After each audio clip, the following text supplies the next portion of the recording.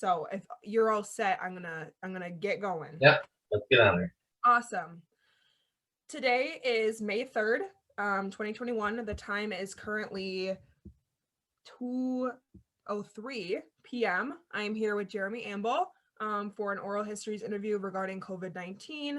Currently, there are 32.4 million cases of COVID in the U.S., a total of 577,000 deaths in the U.S. as well. Wisconsin specifically has had 662,000 cases of the virus, with 7,567 of those cases resulting in death. Currently, however, the number of vaccine doses administered is 246 million. So there we go. Anyways, so that is my little beginning spiel. Hi, Jeremy. Thank you so much for joining me. Will you start off by stating your some demographic information that we need? So your age, gender, race. I'm 51 years old. I'm a male, white Caucasian. Live in Barneveld, Wisconsin. So that's kind of where I'm at. Married with 4 children. Okay, awesome. Have you always lived in Barneveld? Yes, I've lived here my entire life. Yeah. Okay, what was it like growing up in Barneveld? A small rural community. A lot of my friends and families were from farming backgrounds, and which have now changed. But it was nice, just kind of before social media, before all that stuff. So you played with your friends more if you can get together, and a lot of outside work and just a lot of outside activities. That's fun. Yeah, I love Barneveld whenever I go to your house. And you live just down the street from the house that you grew up in, correct? Yeah, that's correct. Yeah. Okay. What are the primary things that you do on a day-to-day basis? For example, like your job. I have extracurricular activities written down, but obviously that's for like a school age person. Well, the biggest thing I do the Barneveld Shopper, which is a town community paper. So that comes out every other week. So I'm kind of the do it all, the graphics and the setting up advertising and the invoicing and all the stuff that goes along with it. It's nothing too overly demanding because it's an every other week paper for a small town, but that's something that I kind of do daily, just checking in and emails, responding to those and setting up ads, and putting the paper together. Just kind of enjoy spending time with family that's home right now because of COVID, which maybe that'll be a later question, but You're good. yeah. And then I don't know, I guess that's just kind of the daily stuff. Right. Getting up and out for the day and just enjoying the weather and the outdoor living that we were able to have here. Awesome. Yes. So you mentioned that you grew up outdoors kind of. Have you always had like kind of an interest in agriculture and farming? Yes, yep. I grew up with a farming, dairy farming background with my father and mother, and so yes, I was really involved with the dairy farming, and that's what I wanted to do before I was injured in a car accident. So that was my main thing, was to be a farmer. Right. And so yeah, I always enjoyed that. I always loved the nature in a way, and then of course, a better way to be living outdoors than farming, Correct. So that sort of leads me into my next question, which is, do you mind sharing a little bit about your accident, like what happened, the results, and how it impacted your life? Yeah, I was 21 years old, and it was actually the anniversary of 30 years is coming up on May 25th of 1991. I was injured in a car accident. I was by myself, so thank God no one was with me that got hurt also, or potentially worse. Driving home early in the morning, and my right front tire blew out, overcompensated, and kind of crossed the road. And I think that I jumped out. Memories, I don't remember clearly, but I must have, because I was pretty close to the road. That was kind of a last memories thing, was reaching for the door handle for some reason. But the tires rolled about 6-7 times, so maybe that was a blessing in disguise. Sure, I have a spinal cord injury, but if I stayed in the car with no seatbelt on, who knows what would happen? Maybe dead. And hard to say. What if it is? But So that's what that happened. So that's, like I said, gonna be 30 years already. So my level injury is a C4-5 spinal cord injury, which is pretty much a pretty high level. C2-3 would be probably I'm gonna be reliant on a ventilator. So luckily I was a little lower than that. Yes. I don't have to rely on, mechanical means to stay alive. Right. Yep. So anyways, I guess through the years you learn how to do a lot of different things in a different way. That's kind of where I'm at. Absolutely. Always learning, always doing something different. I'm so glad that you were willing to share that. I think it's an inspiring story.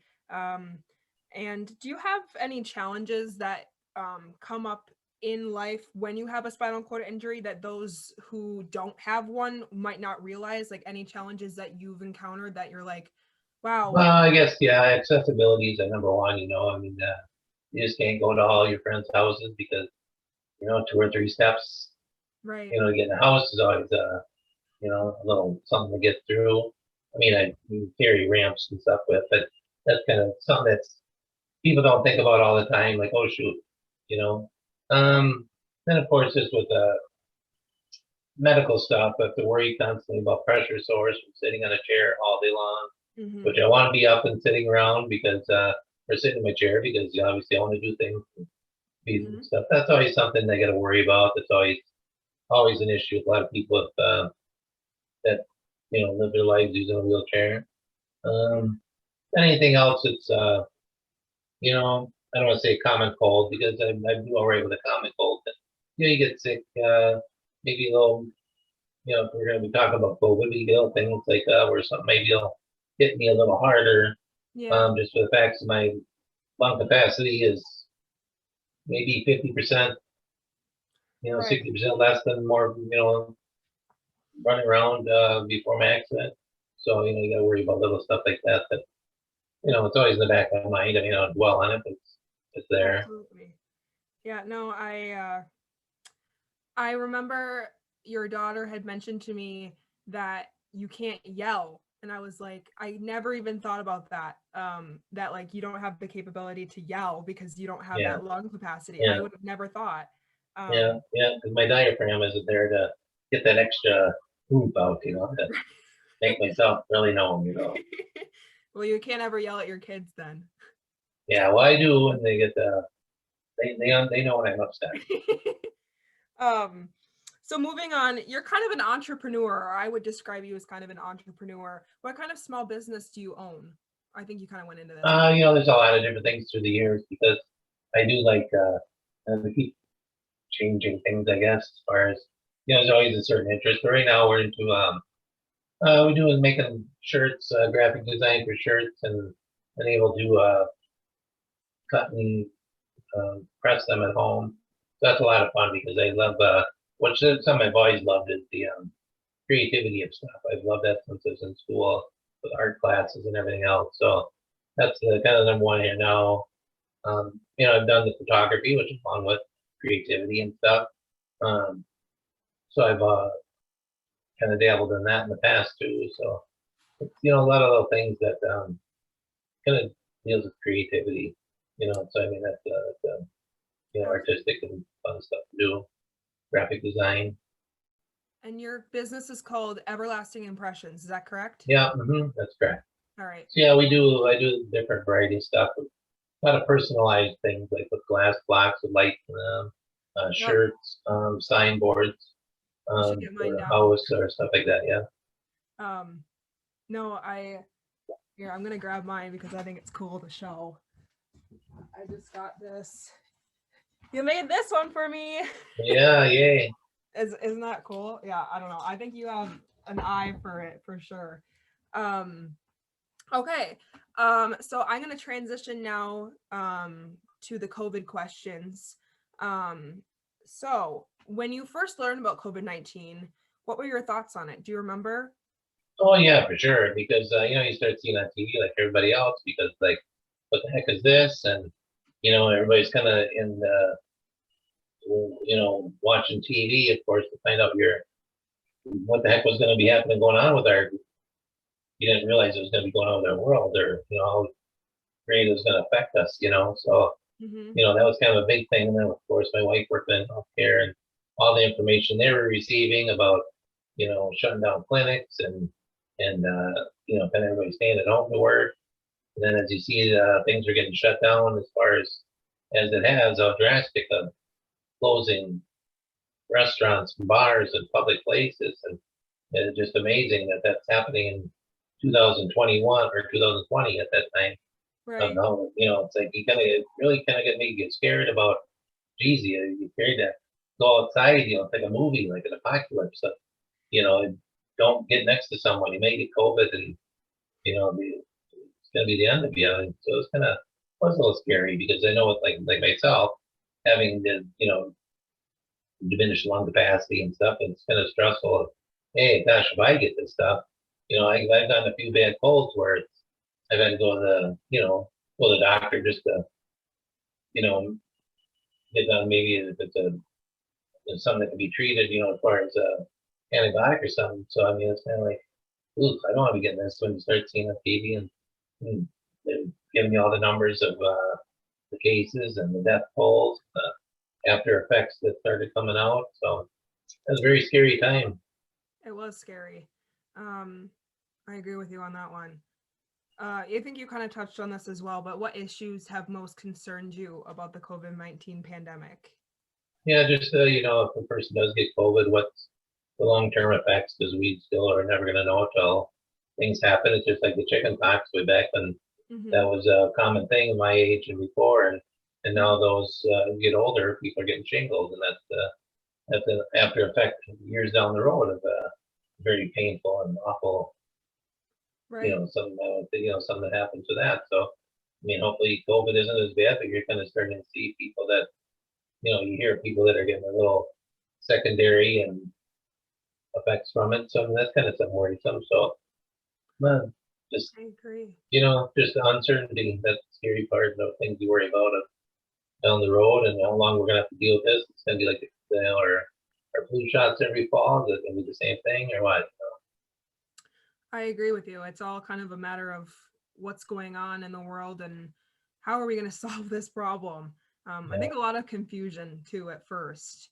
Mhm. Um, did COVID specifically affect your small business, like what you did with Everlasting Impressions? Did it make an impact on that? Not really, because I was selling stuff online. So, um, Okay. if anything, it kind of made me boost a little bit because I was making some nursing ones, and Yeah. like we're in this together. Yeah. A couple of them done ones and some nursing ones, and that kind of I had a really good outcome of selling some of those, and Hmm. and then I did was able to still like in the middle, probably the middle to end of last summer, I was able to go to the farmers market Oh and do yeah. some farm. I was kind of support farmers shirts Mhm.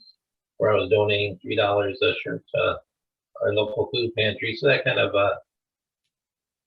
no, that was kind of a good thing, which I want to do this summer again and just kind of maybe expand and do some other just kind of fun, different things. So Gotcha. but yeah, so I mean it didn't greatly affect just because like I said it was a lot of online anyway, so it wasn't a brick and mortar. Right. That was my next question. I wanted you to discuss what you did with They Farm So We Can Eat, that campaign, not Yeah, campaign, but that yeah, it kind of organization. was. Yeah, yeah, just as the farmers are all taking everybody's taking a hit, but farmers this is kind of like they're coming from farming and always keep it up. Farmers have always been a up and down market, regardless if it's beef or selling their beef for meat or for dairy or for the cheese and for whatever. It's always been an up and down market where, I mean, 3 years ago, you were getting the same price that you were back in 1980 for the price of milk that you produce. So it's all based on supply and demand and, and whoever dictates. It's ridiculous. And, this day and age where one tractor costs over $150,000 when my parents bought the farm for $40,000 back in 1973. Oh It my just kind gosh. of puts a little, buying a farm versus buying a tractor, 50 years later. It's kind of unbelievable. I agree. I never really thought about the effect that this had on farmers until I met you and your family. Yeah. Um, I just sort of thought, like, you know, farmers are always going to have a job because they provide what we need to eat. But Yeah. it's so dependent upon the supply and demand chain, the economy and stuff like that. And I actually had absolutely no idea that tied together. So I'm really glad I was Yeah, educated on it's something that you run your own business that you have, and you have no say on what your end product or your product is worth. I mean, like I said, getting that. Right. paid the same prices in the 1980, literally. I mean, they're getting paid. Got down to be $10 per 100 pounds of milk. That's $1 a pound for milk, which in year two, 2018, that's crazy, Yeah. And a lot of that Exactly. takes a lot more. It takes a lot of money to put a feed into a cow and all your electric and everything, all the expenses go with it here. That's still happening. So. Exactly. And then there's also issues with like governments want you to plant more corn or they're going to pay you a specific Yeah, amount to plant this amount of corn. And that ties into it as well. I'm not totally well versed on that, but I know it exists. yeah, it does. They want you to do one or the other. Mm-hmm. Yeah, it seems like yeah. So do you know how, I think you kind of discussed this already, but how has COVID-19 affected the employment of people that you know? So I was talking about farmers, obviously your wife Yeah, is an RN. yeah, yeah. Renee's a registered nurse, so she was just got to work from home because of the COVID. Because she shared an office with 3 other coworkers, and of course with the spacing and everything else. And it sounds like this might be a forever thing now with working from home, which for me that's not the worst thing. That's driving to work, and worrying about traveling the winter roads, and Right. I think that they're going to find that the hospitals and stuff don't need as many clinics per se for people that, if she doesn't have to see patients every day. So that's the thing. When they have patients come in that she wants to see, she can go still do that and just, make arrangements to, when the patient comes in. So, then of course with the schooling, with the homeschooling of the kids, it's just been, if anything, it's been kind of a nice year because, having the kids home, I don't know, little house on the prairie, maybe kind of everybody's home and living in kumbaya and, you know, That's kind but of yeah, cool. so I mean, and then of course you got some relatives that like my brother, one lost his job because he was in food service. He was a cook at a restaurant. He was doing his whole life working in food restaurant business and Mm. lost his job because then the restaurant ended up shutting down permanently. So you see how that happens. But then I mean, the government they threw the $600 plus over unemployment, which is either good or bad. Good for the short term, but I think it's bad for the long term. I agree. Um, some people get a little used to that money, Yeah. that making more than they were. But Right. I don't know. 5 years Um, from now, we'll look back and we'll learn about it. So. yeah. um, so you kind of touched on this as well, which is how has COVID affected you and your family's day-to-day activities? You were talking about how now your wife stays home and does Yeah, well, C-sections. like it's just going from last spring when this all happened. Of course, we stayed home pretty much every single day throughout the Mm-hmm. whole spring and summer. Grocery shopping. I don't think I left the house literally the first 2 months. Do anything because there's uncertainty of everything. We still had to get groceries, but we did the drive up grocery pickups and until Mm-hmm. they were screwing the heck out of that up. They're screwing that up so bad where you get home or you pick up your groceries and you end up 2 or 3 bags short. So then Renee just started going in and getting groceries and stuff. So, but Right. it was very enjoyable to spend time at home during the summer and Mm-hmm. enjoying our porch and the nice weather and just not having to be running someplace is really nice. Yeah, we were able to go fishing too. That was fun. Oh yeah, yeah, the fish was awesome. Yeah, Fish, and then you have your pet ducks. And yeah. did you get the ducklings I in think when they July came in June, they too? come in June, I think. Yeah, I don't remember, but those were yeah. I fun. think they kind of came in June. Yeah. Um, so then I was going to ask you, what have you and your family or friends done for recreation during COVID? I know that you now are an expert smoker with your, Yeah, I got into smoking here this last couple months. Yeah, the I love it. smoking meat. Love the smoking the meat. Yeah, Didn't you start it's with a going fun. filing cabinet? Like you made some Yeah, I filing started out with a cabinets? DIY filing cabinets, but after the second or third use, it wasn't working out as good. So I broke down and bought an electric smoker. But yeah, it's a lot of fun. Yeah, we just did another batch of pulled porks that tasted really good. I'm sure. Yeah. My obsession is real though. Two or three Facebook pages with smoking groups. And, seeing all these foods that other people are making. And it's kind of fun. Yeah, it's I fun. love that you're so into that. I think it's funny. But you did so good. Like when I had some of it was really good. So, any other hobbies that you were really into during quarantine?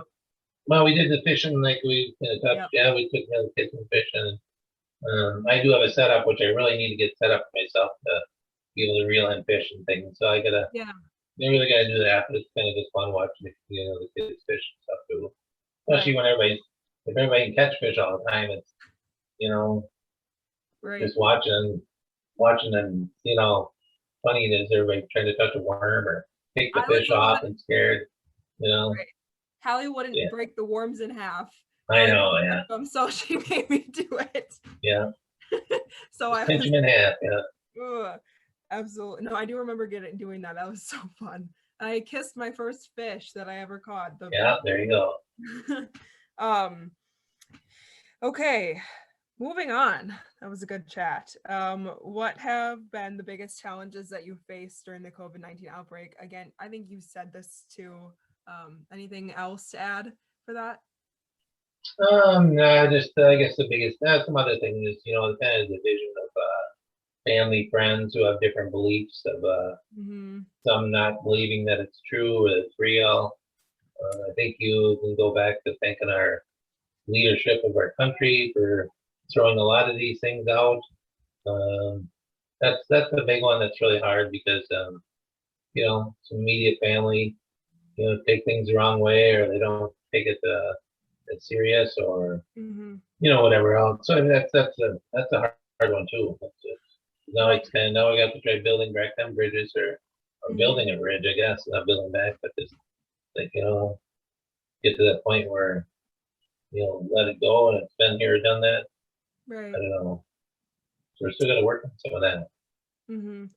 I had a question about that. I was gonna ask if anybody that you knew personally had concerns about the vaccine or chose not to get it or. Yeah, Renee's got a couple of her brothers that don't believe in it because their ex-president didn't believe in it and whatever. It's like, well, he was pushing for it.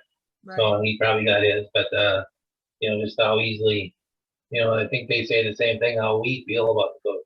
They want to say how easily a person can be swayed or believe or follow the sheep, or like we're all sheep. Well, you know what, you got to pick a side, Right. I choose to pick the side of science and pick the side of whatever. So do you want to inject some Lysol or some bleach? Should we do that? Yeah, maybe shoot some of that up. That might be better for us all. But I mean that's kind of frustrating. People don't want to get it. It's like, well, get flu shot or polio, and the years when polio was way back, people did not question. I'm sorry. I think it's a lot of the social media. So much stuff gets spread and rumored. I mean, should we question our government and question things? Yes, there is times that we should.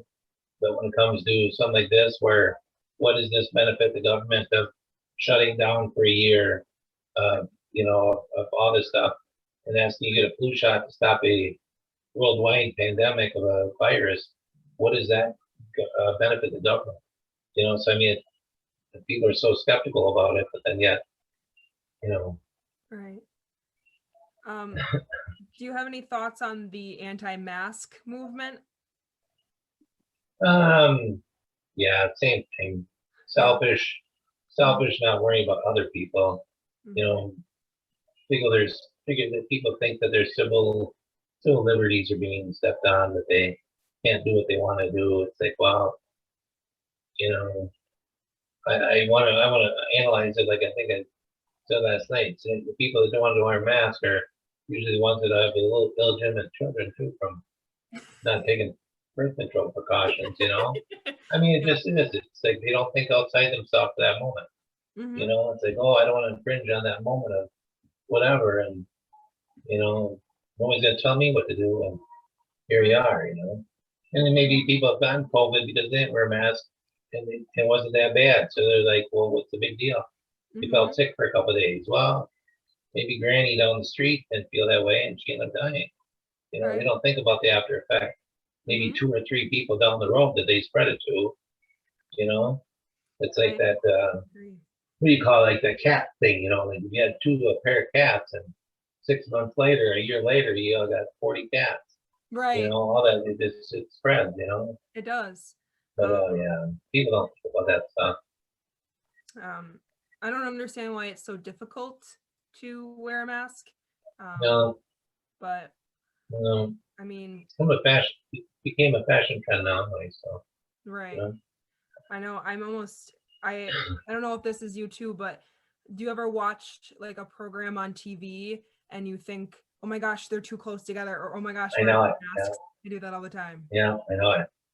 Um, no, I and sometimes I'll see people in public without masks on and I'm like, "Whoa." I like it like takes me back a Yeah, little bit. It's like, "Gee, I forget what it's like to not wear a I mask." know. You know, Um, look at all you for me. You know, I mean, anybody there, all the years of not wearing a mask, and 1 year wearing one, and now how our minds have set to like, oh my God, they're not wearing a mask. I Like, know. wow, you know, all their life they didn't have to wear one. Now we're so in tune to having to wear one. Right. Um, I do also remember, I'm sure you do as well, when we weren't able to, like, the government had asked us to not wear masks because we didn't have enough PPE for those who were in Yeah. care. Okay. Um, and I think people are still they think like, well, Fauci told us not to wear a mask in the beginning, so now we Yeah. should. Yeah. But obviously the circumstances were different then. Um, Yeah. so, um, what were your primary sources of news during the pandemic? So were you Um. CNN, Fox News? Yeah. Television. You know, usually watch ABC. Okay.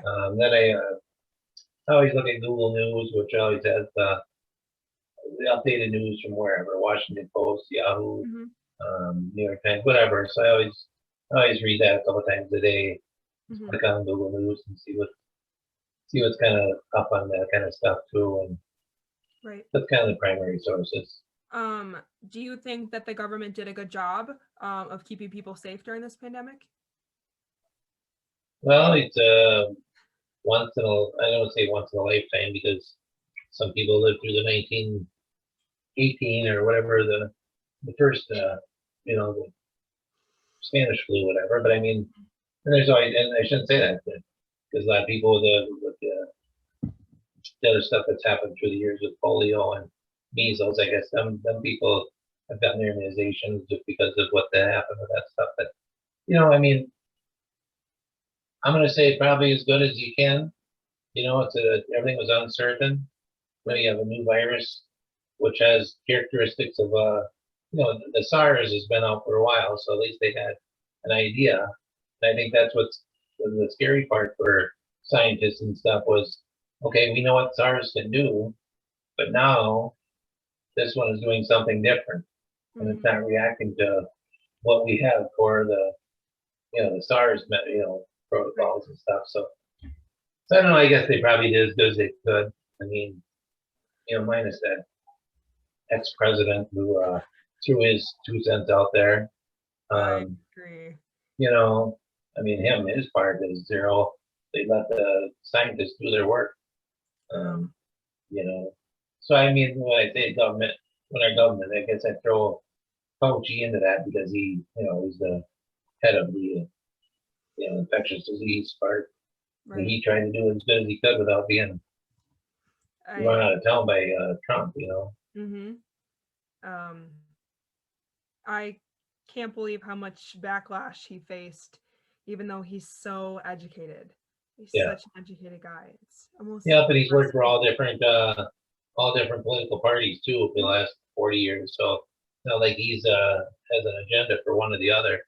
Mhm. He's just a scientist. Like he said, it's just common sense. You wouldn't get a scientist that's telling you one thing, but yeah, but then Trump doesn't believe in the scientists that tell us it's global warming either. So you got a guy that's he's for the in it for the now, for how much money he can make and his family, so he don't give a crap about, the rest of the world, but it's gonna be in 50 years, because he'll be long gone, I know.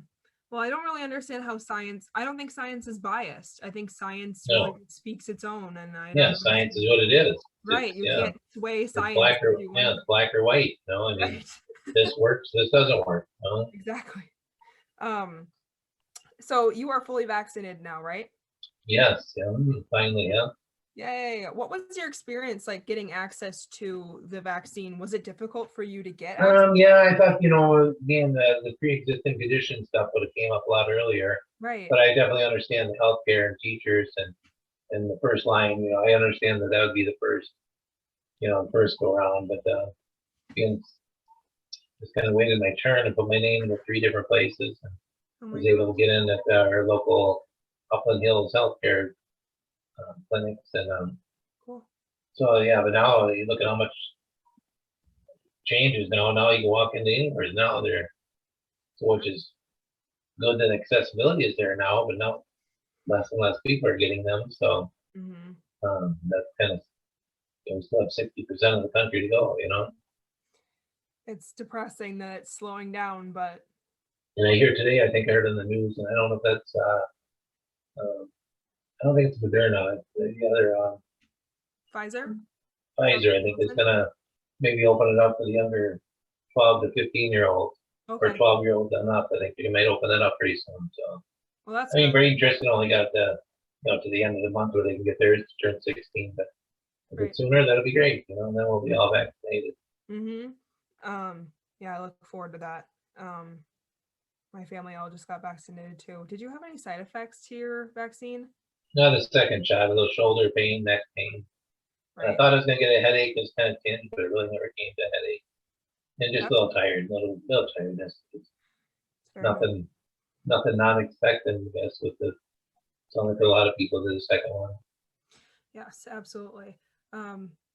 Definitely would recommend it to anybody too who was thinking about getting it. The side effects are worth it. In my opinion, at least. I kind of skipped around a little bit in my questionnaire sheet, but I think you really touched on a lot of the things that I was going to ask you. I guess I'm just going to ask a couple last questions. Have you learned anything about yourself from this pandemic at all? If not, that's okay too. Well, I learned many years ago having patience, just from my accident, I guess. So having patience is always been somewhere so you really need to learn that. Just I learned how other people, either ignorance, not wanting to learn, not wanting to whatever. I've learned that you kind of learn who maybe some people are on their selfishness of not wanting to wear masks. I think you kind of learn a divide of people. That goes with our president, kind of president divide. If you like him, then you kind of like the divide of not wearing the mask too. So, or the vaccine, and that should not even go hand in hand. But you kind of learn that, boy, some people are really followers of a scary person who reminds you of Hitler and how these dictators become in power. I mean, that's a big thing. You got to learn about what some of these people in your family and friends and what their beliefs are, or whatever else. You think you know somebody, and then you go into a global pandemic, and and I don't want to use this whole thing is to justify a friendship or a family relationship either, because you enjoyed that person so much before, and then they find out that they're a Trump lover or they're not believing the vaccine. I don't want to use that as a main crutch of I never have talked to them again, because up until that point I've always enjoyed that person. It's just sometimes you just don't talk about religion, politics, and whatever else that might cause issues. Right. No, I understand. What are your hopes for the future for this pandemic, other than I'm sure it'll be nice that it gets done here. I think it's kind of slowing down. Hopefully it's slowing down, but just like the scientists, doctors are warning, usually this kind of respiratory stuff is a fall winter disease or a sick illness. So, kind of buckle your belts and don't get too overconfident that it's gone away. That's why, they're trying to promote the vaccines, especially because once fall hits, things going, so hopefully that people are get close enough to a herd immunity, or it's not going to be the numbers won't be as high, but always keep up with my vaccines and people around us hopefully, and just go from there. Move on with life and get to spend time at the places you like to spend time at. Hopefully, I think overseas too, because I know Italy is still kind of going through some challenges. Hopefully, they can start getting their stuff figured out as well. Hopefully, finally, we can. I don't know if normal is necessarily the right term, because I don't know if we're ever going to really go back to normal, but back to not insanity, I would say, is what I'm looking forward to. But yeah. Thank you so much for joining me today, Jeremy. I love talking with you. You are truly, I think you're so funny. I think you offer a really good perspective to this COVID archive. I hope people in the future can look back on this and gain something from your perspective. Yep, it'll be something when people look back, that especially the ones that are young and or not born or young or whatever else, to see that, oh boy, that happened. Yeah, absolutely. Well, I appreciate you talking with me. Okay, well, sounds good. Feeling. Thank you. You have a wonderful rest of your day, Jeremy. Okay, you too. Thank you. Good luck cutting and pasting. Oh, I will. I'll send you a copy of the transcript when I'm done. Yeah. Sounds good. Sounds good. Thanks, Jeremy. Yeah, bye. Bye.